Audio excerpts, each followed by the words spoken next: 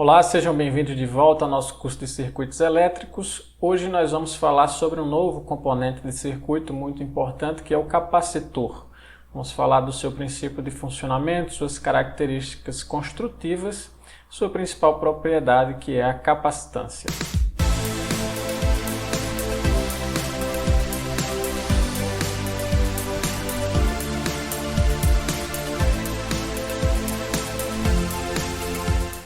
O capacitor é um componente elétrico passivo, assim como os resistores e os indutores, que é formado por duas placas metálicas separadas por uma camada isolante, que nós chamamos de dielétrico. Então, o capacitor ele tem uma estrutura construtiva semelhante à que está representada aqui, né? Eu tenho uma placa, duas placas aqui, que no caso essa de cima e essa de baixo, que são separadas por um meio isolante, que nós chamamos de dielétrico. A principal característica do capacitor é a capacidade de armazenar energia na forma de campo elétrico. Então, o capacitor ele guarda certa dualidade com o indutor, porque como nós estudamos, o indutor ele é um componente que armazena energia na forma de campo magnético. E o capacitor também armazena energia, mas na forma de campo elétrico. Tá? Então podemos dizer aí que o capacitor ele é o dual do indutor. Aqui nós temos a representação física, né, de alguns exemplos de capacitores de vários tipos e tamanhos aqui. Tá? Como ocorre esse processo de armazenamento de energia na forma de campo elétrico? Né? Ocorre através do processo de carga e descarga do capacitor. Então imagine aqui quando nós temos inicialmente duas placas metálicas, a placa A e a placa B, separadas entre si, né, por um meio isolante. Ora, as placas metálicas elas não têm nenhuma carga a princípio, porque elas vão ter lá cargas positivas e negativas numa quantidade igual, portanto, no total elas estão neutras, né? Estão carregadas, não estão carregadas, elas estão com carga neutra. Tanto a placa A quanto a placa B. E aí, para carregar esse capacitor, o que nós fazemos é aplicar uma tensão elétrica nos seus terminais, né, a partir de uma fonte de tensão, como está representado aqui, né, eu estou aplicando uma fonte de tensão, terminal positivo na placa A, terminal negativo na placa B, e quando eu fecho essa chave aqui, que eu conecto a fonte de tensão, o que é que vai acontecer?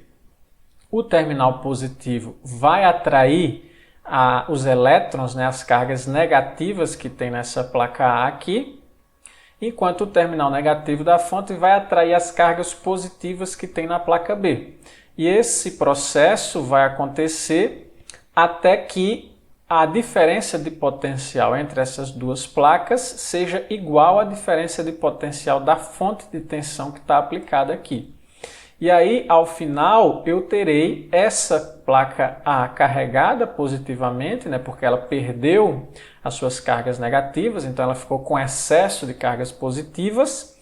E essa placa B estará carregada negativamente, porque ela perdeu cargas positivas e, portanto, ficou com excesso de cargas negativas. E aí, mesmo que eu retire essa fonte de tensão, né, o capacitor estará agora carregado com a tensão, com a diferença de potencial entre os seus terminais, que é igual à diferença de potencial da fonte que foi utilizada para carregá-lo.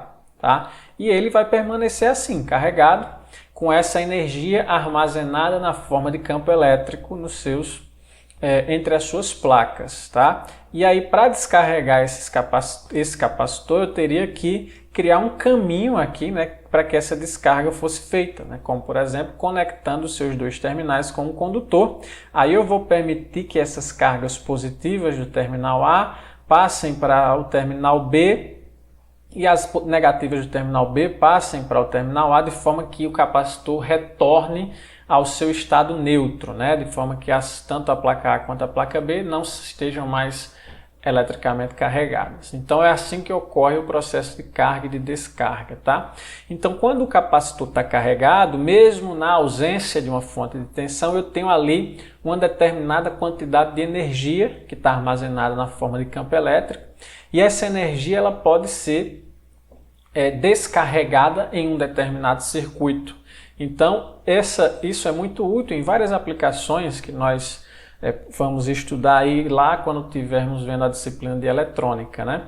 Principalmente a disciplina de eletrônica. Então, principalmente tem aplicações que eu preciso de uma quantidade de energia sendo aplicada de forma muito rápida, né? Porque essa descarga do capacitor, ela ocorre de forma muito rápida. Então, quando eu preciso, por exemplo, de uma corrente inicial muito alta, como no caso das lâmpadas de descarga, vocês provavelmente vão estudar isso em algum momento. As lâmpadas de descarga ela tem a característica de que precisa de uma corrente elétrica muito alta no início, quando ela é ligada.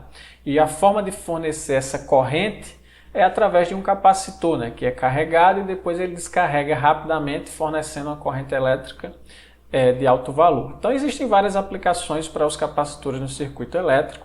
Esse aqui seria o princípio de funcionamento deles, né? Baseia-se basicamente na carga e na descarga de energia na forma de campo elétrico nos seus terminais. Com relação às características construtivas dos capacitores, nós temos vários tipos de capacitores, né?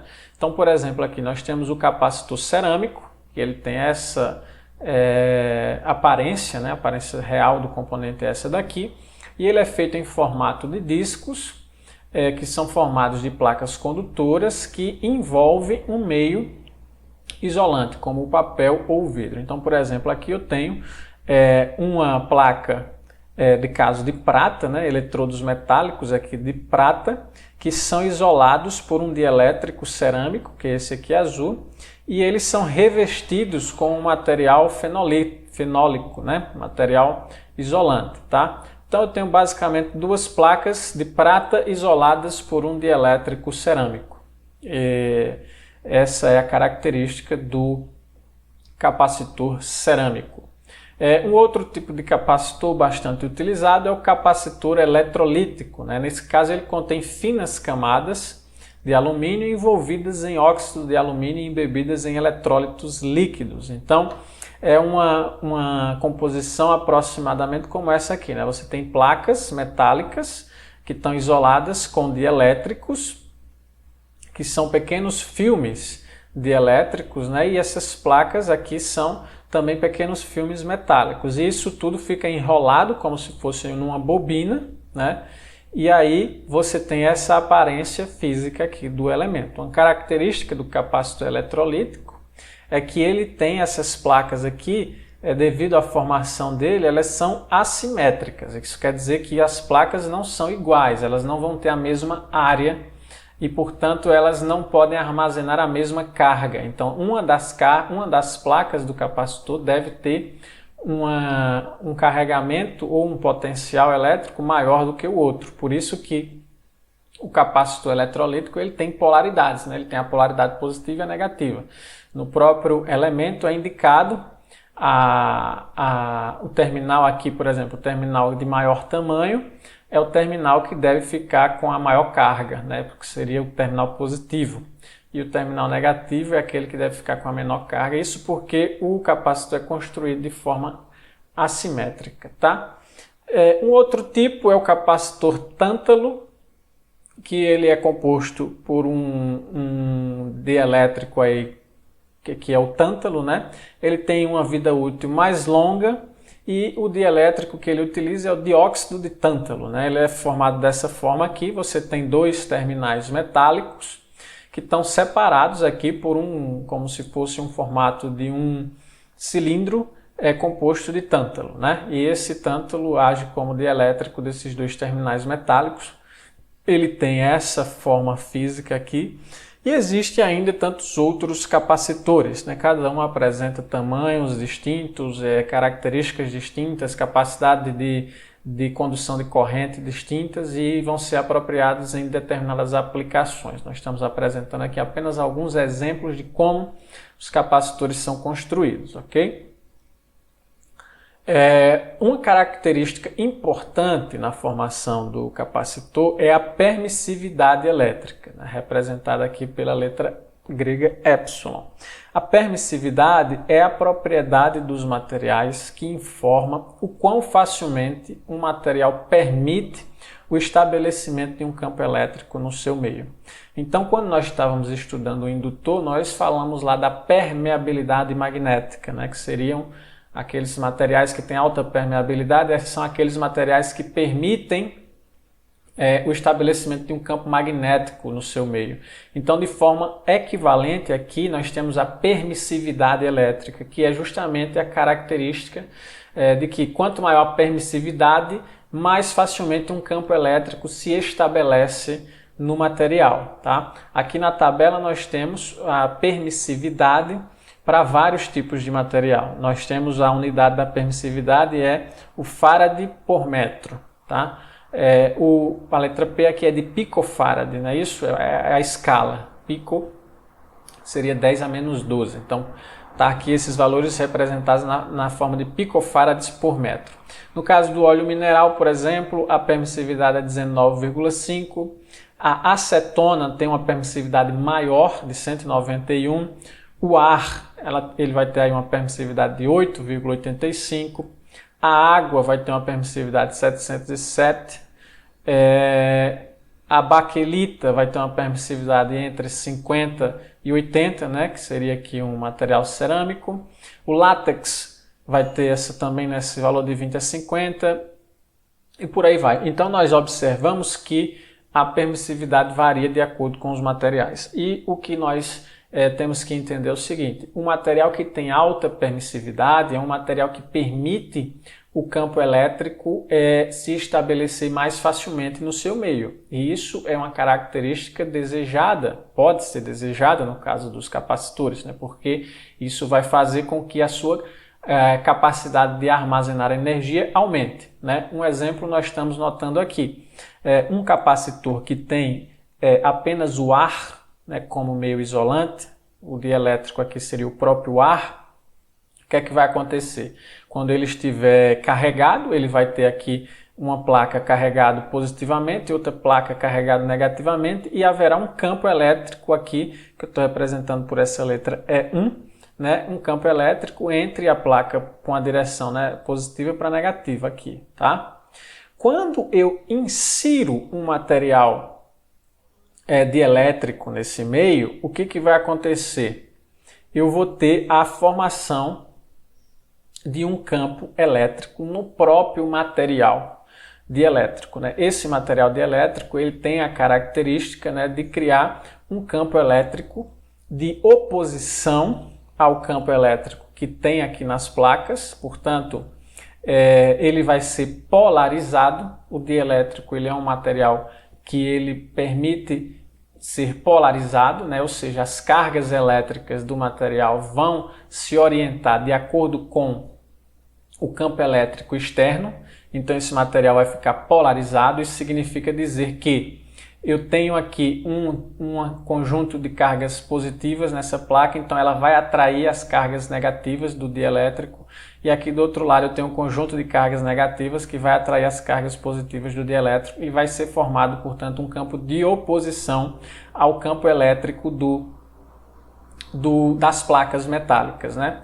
Só que o campo elétrico resultante desse capacitor, ele não pode ser alterado, porque o campo elétrico ele depende basicamente da fonte externa que está sendo aplicada e da distância entre essas placas, né? O campo elétrico é basicamente o potencial elétrico por unidade de comprimento. Então ele depende da fonte de tensão que está sendo aplicada ao capacitor e da distância. Se eu tenho a mesma fonte de tensão e a mesma distância, o campo não pode ser alterado. Então, quando esse campo elétrico aqui do dielétrico surge na direção oposta ao campo elétrico das placas, o que é que vai acontecer?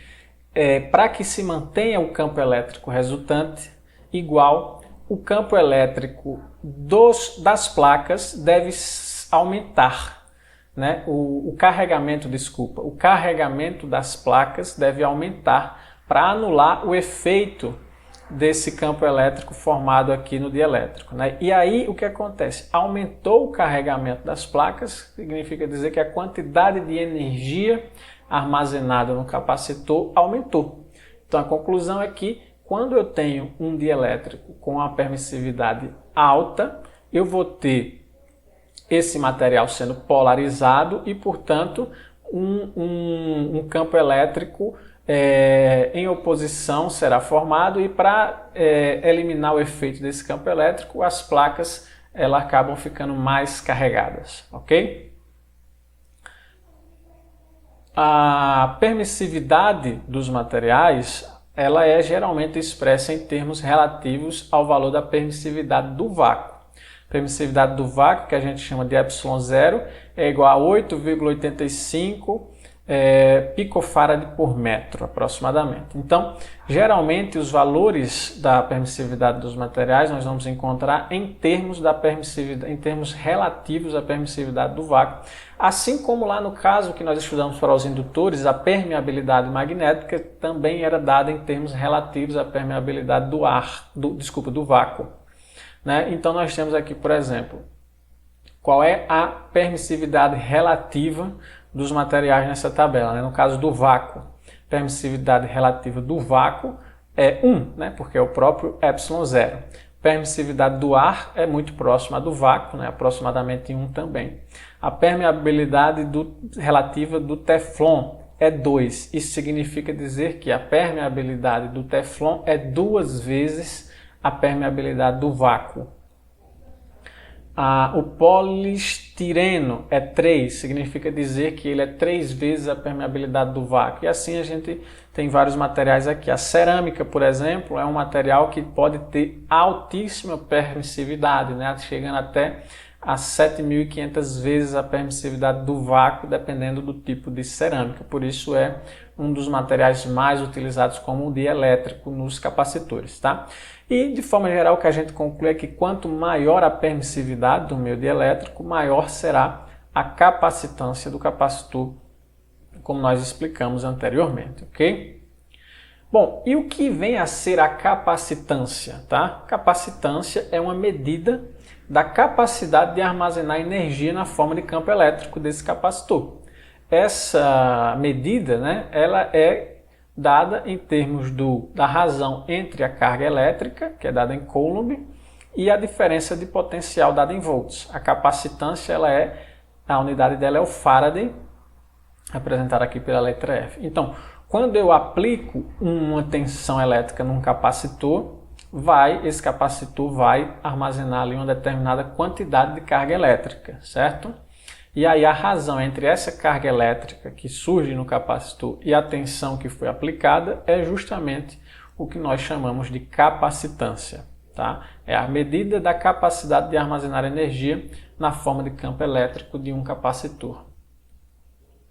E aí um exemplo aqui apenas para fixarmos essa ideia, né? Qual a carga armazenada em um capacitor de 470 microfarad quando uma tensão de 40 volts é aplicada em seus terminais? Então eu estou informando aqui o valor da capacitância do elemento, 470 microfarad, e estou dizendo que eu aplico nesse capacitor uma tensão de 40 volts. E eu quero saber qual a carga vai ser armazenada nesse capacitor, né, que eu conheço a capacitância e a tensão aplicada. Então é uma aplicação direta da fórmula. Nós acabamos de dizer que a capacitância é a razão entre carga e tensão, portanto a carga, né, obviamente vai ser o produto da capacitância pela tensão. Então, substituindo aqui valores, eu tenho que a carga elétrica é a capacitância, 470 micro, que é 10 a menos 6, vezes a tensão elétrica aplicada, 40 volts. Portanto, eu vou ter uma carga elétrica aí de 18,8 milicoulombs. É a carga que esse capacitor vai armazenar quando uma tensão de 40 volts é aplicada nos seus terminais, tá? Contudo, a capacitância também pode ser determinada em função das características construtivas do dispositivo, né?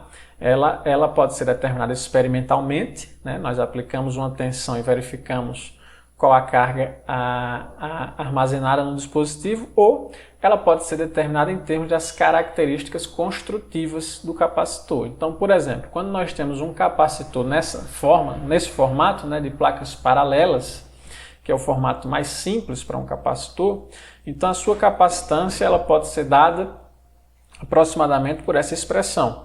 Ela vai ser a permissividade do meio dielétrico vezes a razão entre a área das placas e a distância entre essas placas, né? O que é que nós observamos aqui? Que quanto maior a permissividade, maior a capacitância do capacitor, né? Está de acordo com o que nós estudamos há pouco. Quanto maior a área dessas placas, maior também será a capacitância. Isso faz sentido, porque quanto maior a placa, maior a quantidade de cargas elétricas poderão ser armazenadas ali naquela área, tá ok? E, por outro lado, quanto maior a distância entre essas placas, menor será a capacitância do capacitor, o que também faz sentido, porque se essas placas estiverem muito distantes, o campo elétrico entre elas vai ser muito pequeno, né? Porque o campo elétrico é a diferença de potencial por unidade de comprimento. Então, quando essa distância é muito grande, o campo elétrico é pequeno e aí nós vamos ter uma carga pequena armazenada no capacitor, tá? Então, essa é a expressão geral aí para a capacitância do capacitor de placas paralelas, tá? Lembrando, capacitância é dada em farad, permissividade é dada em farad por metro, a área dada em metros quadrados e a distância entre as placas dada em metros, tá ok? Nós podemos alternativamente representar aqui a permissividade, como nós já falamos, em termos da permissividade relativa. Ao invés de termos aqui a permissividade do material, a permissividade absoluta do material, nós podemos escrever como sendo a permissividade relativa do material vezes a permissividade do vácuo, que é uma constante. Isso porque geralmente nós encontramos valores de permissividade dados em termos relativos, a permissividade do vácuo, tá? Bom, e aí vamos fazer aqui agora o segundo exemplo da aula, né? O exemplo 2, em que é dito o seguinte: qual a capacitância do capacitor abaixo? Então nós temos aqui um capacitor de placas paralelas, ele não tem dielétrico, aqui o dielétrico é o ar, né? Está dado aqui ε0, dizendo que a permissividade aqui é a própria permissividade do ar ou do vácuo, e o comprimento dessa placa, né? Ela tem 50,8 milímetros de largura, é uma placa quadrada, né? Então os lados são iguais, 50,8 milímetros de lado, e a distância entre as placas é 0,794 milímetros. Então, para determinar a capacitância, nós vamos aplicar aquela expressão que nós apresentamos há pouco, em que a capacitância é a permissividade vezes a área sobre a distância das placas. A permissividade, no caso aqui do meio dielétrico, é a própria permissividade do vácuo, que é uma constante, né, de 8,85 picofarad por metro. Então, 8,85 vezes 10 a menos 12, que é o 10 a menos 12 representa aqui o picofarad por metro. E quem é a área dessa placa, né? A área de um quadrado é a área de um quadrado, de um retângulo, né, é o produto do comprimento dos lados, né? Então a área aqui é o 50,8 milímetros vezes 50,8 milímetros. Só que nós precisamos escrever a área em metros, né? Então 50,8 milímetros é igual a 50,8 vezes 10 a menos 3 metros, né? O 10 a menos 3 está representando aqui o milímetros, né? Então 50,8 vezes 10 a menos 3 vezes 50,8 vezes 10 a menos 3 são os lados da placa, e a distância entre as placas 0,794 milímetros, portanto 0,74 vezes 10 a menos 3, né? Já que precisamos escrever a distância também em metros. E aí, fazendo essa conta aqui na calculadora, nós vamos encontrar uma capacitância de 28,76 picofarad. Seria a capacitância desse capacitor. Lembrando que o pico aqui é a escala, né, que representa 10 elevado a menos 12, tá certo? Bom, e aí o exemplo, uma alteração desse exemplo 2, né, que ele pergunta o seguinte: qual a capacitância se um dielétrico cerâmico com permissividade relativa de 250 foi inserido entre as placas do capacitor? Ou seja, o mesmo capacitor, eu vou apenas alterar aqui o dielétrico, o meio dielétrico, ao invés de ser o ar, eu vou inserir aqui um dielétrico cerâmico que tem uma permissividade relativa de 250 vezes a permissividade do vácuo, né? E aí ele pergunta, qual será agora a capacitância desse capacitor? Ora, nós podemos escrever agora a mesma expressão, né? Vamos achar um valor, o segundo valor para essa capacitância, que eu estou chamando aqui de C2, ele é igual à permissividade do meio vezes a área sobre a distância. A permissividade do meio, ele deu aqui em termos da permissividade relativa, né, em relação ao vácuo, portanto é a permissividade relativa vezes a permissividade do vácuo, né, estou só substituindo aqui, vezes a área sobre a distância. E aí, tenho todos os valores, vou apenas substituir. Essa segunda capacitância vai ser igual à permissividade do vácuo, 8,85 picofarads por metro, esse 10 a menos 12 é o pico, vezes a permissividade relativa do material, ele nos deu 250, vezes a área, que é o produto dos lados, 50,8 vezes 10 a menos 3, vezes 50,8 vezes 10 a menos 3, sobre o comprimento, que é 0,7794 vezes 10 a menos 3. Fazendo essa conta na calculadora, chegaremos aqui a um valor de 7.191 picofarad. Então, veja como a capacitância foi ampliada, né, para o mesmo dispositivo, para o mesmo capacitor. Eu apenas inseri um dielétrico aqui que tem uma permissividade maior do que o vácuo. E aí eu ampliei muito a capacitância do elemento, tá? Então, por isso que os capacitores, geralmente, eles têm dielétricos com alta permissividade, que é para permitir um maior acúmulo de energia ou uma capacitância maior, tá? Lembrando que essa questão poderia ser resolvida bem mais facilmente, né? Já que eu poderia dizer que a capacitância C2 é igual à primeira capacitância que nós calculamos, vezes a permissividade relativa, 250, né? Significa dizer que eu aumentei 250 vezes a capacitância quando eu inseri o meu dielétrico que tem permissividade relativa 250, tá? E aí eu ficaria 250 vezes a primeira capacitância, que é 28,76 picofarad, e eu chegaria ao mesmo valor de 7.191 picofarad, ok? Bom, pessoal, e assim nós encerramos a aula de hoje. Falamos aí sobre os princípios básicos do elemento capacitor, né? O seu princípio de funcionamento, características construtivas, suas principais propriedades, que no caso aí é a capacitância elétrica, tá? Espero que vocês tenham compreendido os assuntos e nos vemos na próxima aula.